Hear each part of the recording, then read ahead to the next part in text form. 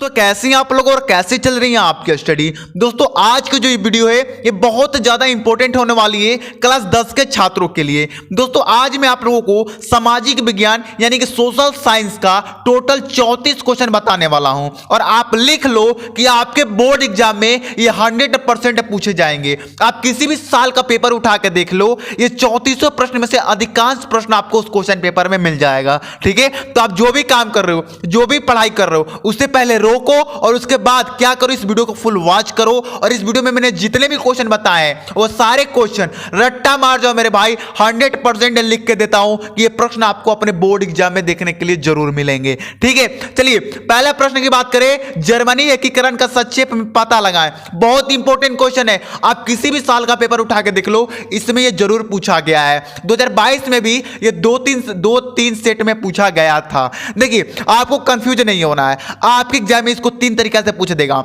Germany का एकीकरण का संक्षेप में पता लगाएं, या बोल देगा जर्मनी का एकीकरण पर सचिव टिप्पणी लिखी, या जर्मनी का एकीकरण कैसे हुआ, ये बोलेगा। तो आपको एक ही आंसर लिखना है। आप अपने क्वेश्चन बैंक से इसे तैयार कर सकते हैं, या इसका सॉल्यूशन मैं बहुत जल्द लेके आने वाला हूं, इसका आंसर मैं बहुत जल्द लेके आने वाला हूं। ठीक है, दूसरा प्रश्न देखिए जो बहुत इंपॉर्टेंट है, 1789 फ्रांसीसी क्रांति का फ्रांस व यूरोप पर क्या प्रभाव पड़ा। बहुत इंपॉर्टेंट क्वेश्चन है मेरे भाई, और ये 2022 में पूछा गया था। ठीक है, तो इससे आप लोग तैयार कर लीजिएगा। ठीक है, चलिए तीसरा प्रश्न की बात करें, इटली के एकीकरण की प्रक्रिया का वर्णन कीजिए। इटली का एकीकरण की प्रक्रिया कैसे हुआ, इटली के एकीकरण की प्रक्रिया पर सचिव टिप्पणी लिखिए, या इटली के एकीकरण की प्रक्रिया का वर्णन कीजिए। ये 3 टाइप से पूछ सकता है आपके एग्जाम में और बहुत इंपॉर्टेंट क्वेश्चन है। ठीक है, चलिए चौथा देखिए, महात्मा गांधी द्वारा चलाए गए अशोक आंदोलन का क्या अर्थ है, कारण लिखिए। बहुत ज्यादा इंपॉर्टेंट है, 4 नंबर प्रश्न वेरी वेरी इंपॉर्टेंट है। ठीक है, चलिए 5 नंबर बात करें, महात्मा गांधी जी की सत्याग्रह पर एक निबंध लिखिए। महात्मा गांधी जी सत्याग्रह करते थे, जैसे पहला सत्याग्रह, द्वितीय सत्याग्रह, जितने भी सत्याग्रह किए हैं उस पर आपको एक निबंध लिखना है। ठीक है, तो ये भी बहुत इंपॉर्टेंट है, इसे भी आप लोग तैयार कर लीजिएगा। ठीक है, चलिए 6 नंबर प्रश्न की बात करें, महाबंदी के कारणों की व्याख्या कीजिए। Very very important, very very नहीं, बहुत ज्यादा इंपॉर्टेंट है ये। महाबंदी के कारणों की व्याख्या कीजिए। ये 2022 में ना 7 सेट में आया था। आपका जो उत्तर प्रदेश है उसमें 7 या 6 सेट बनते हैं और सब में यह पूछा गया था। ठीक है, तो आपको इसे तैयार कर लेना है। 7 नंबर प्रश्न है कि 19वीं शताब्दी में अंतरराष्ट्रीय अर्थशास्त्रियों द्वारा बताए गए 3 प्रकार के प्रभावों की व्याख्या कीजिए। बहुत इंपॉर्टेंट है, इसे भी आपको तैयार करके जाना है। 8 नंबर प्रश्न करें, ब्रेटन वुड्स समझौता क्या है, इसका क्या अर्थ है, या पूछ देगा ब्रेटन वुड्स से आप क्या समझते हैं। ये बहुत तरीके से पूछ सकता है, लेकिन आपको बस एक नाम याद रखना है, ब्रेटन वुड्स। बहुत इंपॉर्टेंट क्वेश्चन है, इसे आप लोग जरूर तैयार कर लीजिएगा। ये बा नहीं होगा, वह होगा, तो गलती होगी टाइपिंग करते समय, सॉरी। ठीक है, तो इसे भी आप लोग तैयार कर लेंगे। चलिए आगे बढ़े 9 नंबर प्रश्न में। और देखिए 9 नंबर प्रश्न बहुत ज्यादा इंपॉर्टेंट है, पहाड़ी क्षेत्रों में मृदा अपरदन की रोकथाम के लिए कदम उठाने चाहिए। कौन से कदम उठाने चाहिए या क्या कदम उठाने चाहिए, बहुत इंपॉर्टेंट क्वेश्चन है और यह आपके एग्जाम में 5 या 6 नंबर में पूछा जा सकता है। ठीक है, तो इसे भी आपको तैयार करके जाना है।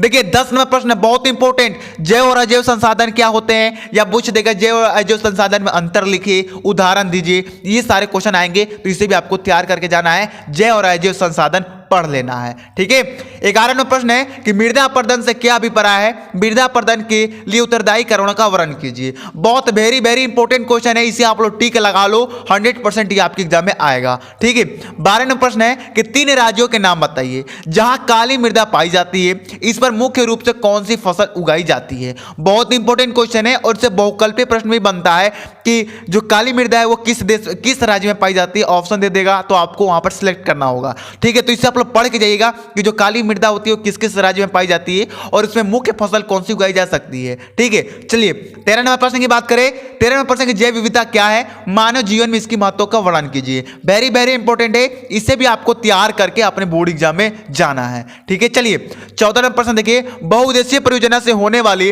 लाभ और हानियां लिखिए। बहुत इंपॉर्टेंट क्वेश्चन है, इसे भी आपको तैयार करके जाना है, इसे बिल्कुल भी छोड़ना नहीं है। ठीक है, चलिए 15 प्रश्न की भारतीय कृषि की 3 विशेषता लिखिए। वेरी वेरी इंपॉर्टेंट, बहुत ज्यादा इंपॉर्टेंट क्वेश्चन है ये, क्योंकि 2022 में ये आया था। ठीक है, इसे आपको बिल्कुल भी छोड़ना नहीं है, इसे आपको पूरा तैयार करके जाना है। ठीक है, चलिए 16 नंबर प्रश्न देखिए। चावल यानी कि धान की खेती के लिए उपयुक्त भौगोलिक परिस्थितियों का वर्णन कीजिए। चावल बोले या धावन बोले, बात एक ही है, इसे भी आपको तैयार करके जाना है, इसे भी आपको बिल्कुल छोड़ना नहीं है। ठीक है, चलिए 17 नंबर प्रश्न देखिए। कृषि की 3 प्रमुख समस्या का उल्लेख कीजिए। या पूछ देगा कि भारतीय कृषि की 3 प्रमुख समस्या का उल्लेख कीजिए या लिखिए। तो आपको यहां पर तैयार कर लेना कि कृषि के 3 प्रमुख समस्या क्या है, जैसे कि जल का समस्या, मतलब जो खेत में जो पानी डाला जाता है उसकी समस्या है, और जो बीज है इतनी महंगी हो गई है, ये सारे समस्या आपको तैयार कर लेनी है। ठीक है, 18 नंबर प्रश्न है, परंपरागत तथा गैर परंपरागत ऊर्जा संसाधन क्या है। बहुत इंपॉर्टेंट है, इसे भी आपको तैयार करके जाना है, इसे भी आपको छोड़ना नहीं है। ठीक है, चलिए 19 नंबर प्रश्न देखिए। ऊर्जा के गैर परंपरागत स्रोतों का वर्णन कीजिए। जब ये 18 नंबर जब आप प्रश्न पढ़ लेंगे तो आप इसका भी ये क्लियर हो जाएगा, तो दोनों ही आप लोग तैयार कर लीजिएगा।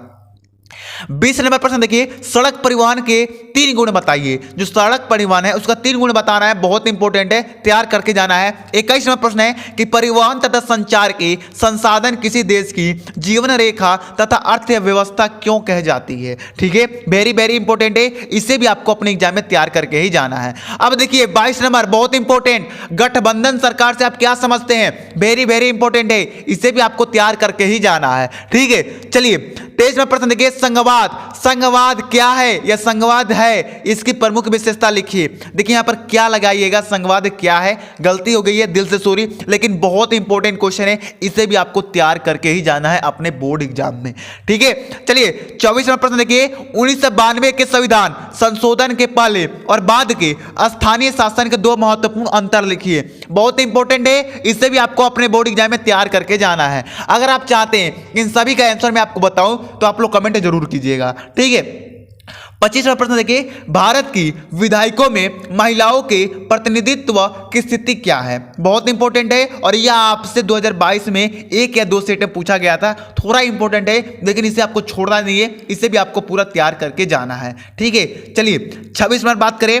बताइए कि भारत में किस तरह अभी भी जातिगत असमानताएं भरी हैं। या पूछ देगा कि भारत में जाति के कारण किस तरह लोगों को मूर्ख बनाया जाता है, या जाति के नाम पर किस तरह लोगों को लड़ाया जाता है। ये सारे प्रश्न बन सकते हैं जाति पर, तो ये आपको तैयार करके जाना है, 100% आएगा आपके एग्जाम में। ठीक है, चलिए 27वां प्रश्न है कि लोकतंत्र किस तरह उत्तरदायी है, जिम्मेवार और वैध सरकार का गठन करता है, बताइए या लिखिए। बहुत इंपॉर्टेंट क्वेश्चन है, इसे भी आपको छोड़ना नहीं है, इसे भी आपको तैयार करके जाना है। 28वां प्रश्न बहुत इंपॉर्टेंट, 2022 में ये 7 सेट में आया था। लोकतंत्र के प्रमुख चुनौतियों का वर्णन कीजिए। बहुत इंपॉर्टेंट है, इसे भी आपको तैयार करके जाना है। 29वां प्रश्न है कि विकास मापने का यूएनडीपी का मापदंड किन पहलुओं को विश्व बैंक को मापदंड से अलग है। बहुत इंपॉर्टेंट है, इसे भी आपको तैयार करके अपने बोर्ड एग्जाम में चले जाना है। ठीक है, चलिए 30 नंबर देखिए, बहुत इंपॉर्टेंट है। असंगठित कार्य क्षेत्र में से आप क्या समझते हैं, किन्हीं 3 समस्या का लिखिए। बहुत इंपॉर्टेंट है, इसे भी तैयार करके आपको जाना है। देखिए 31 नंबर प्रश्न है कि संगठित और असंगठित क्षेत्र की रोजगार परिस्थितियों को तुलना कीजिए। बहुत इंपॉर्टेंट है, यह पूछ देगा कि संगठित और असंगठित क्षेत्रों में क्या अंतर है। ये 2 प्रकार से पूछे जा सकते हैं, और इसे आप लोग तैयार करके जाइएगा। ठीक है, चलिए 32 नंबर प्रश्न देखिए। वैश्वीकरण से आप क्या समझते हैं, बहुत इंपॉर्टेंट है, और बोल देगा कि वैश्वीकरण से दो मुख्य अंतर, चाहे बोल देगा वैश्वीकरण के 2 गुण लिखिए। वैश्वीकरण से आप क्या समझते हैं, वैश्वीकरण क्या है या भूमंडलीय क्या है, वैश्वीकरण या भूमंडलीय, बात एक ही है, पूरा तैयार करके जाना है आपको। 33 नंबर प्रश्न है कि भारत में उपभोक्ता आंदोलन का आरंभ करने के लिए उत्तरदायी कारणों की व्याख्या कीजिए। वेरी वेरी इंपॉर्टेंट है, इसे भी आपको तैयार करके जाना है। आप लोग स्क्रीनशॉट लेते चल रहे हो कि नहीं, कमेंट करके जरूर बताना। अगर आप स्क्रीनशॉट नहीं ले पा रहे हो तो हमारे व्हाट्सएप ग्रुप से जुड़ जाइए, वहां पर आपको इसका पीडीएफ को फ्री में दे दिया जाएगा। 34वां प्रश्न है कि ऐसे कारकों को चर्चा करें जिनमें उपयोगिता का शोषण होता है। वेरी वेरी इंपॉर्टेंट है, इससे छोड़ना नहीं है, बिल्कुल तैयार करके जाना है। तो दोस्तों अगर अभी 34 प्रश्न को अपने एग्जाम में तैयार करके जाते हैं तो मान लीजिए कि आप सामाजिक विज्ञान में एक अच्छे नंबर प्राप्त करेंगे, 70 में कम से कम 65 तो आपका आ ही जाएगा। ठीक है, और 5 नंबर के लिए थोड़ा मेहनत करना पड़ेगा। ऐसे तो इस चैनल पर मेहनत जारी है, आपके लिए मेहनत किया जा रहा है, तो आप लोग वीडियो को लाइक और चैनल को सब्सक्राइब जरूर कर दीजिएगा। चलिए मिलते हैं अगली वीडियो में। जय हिंद, जय भारत।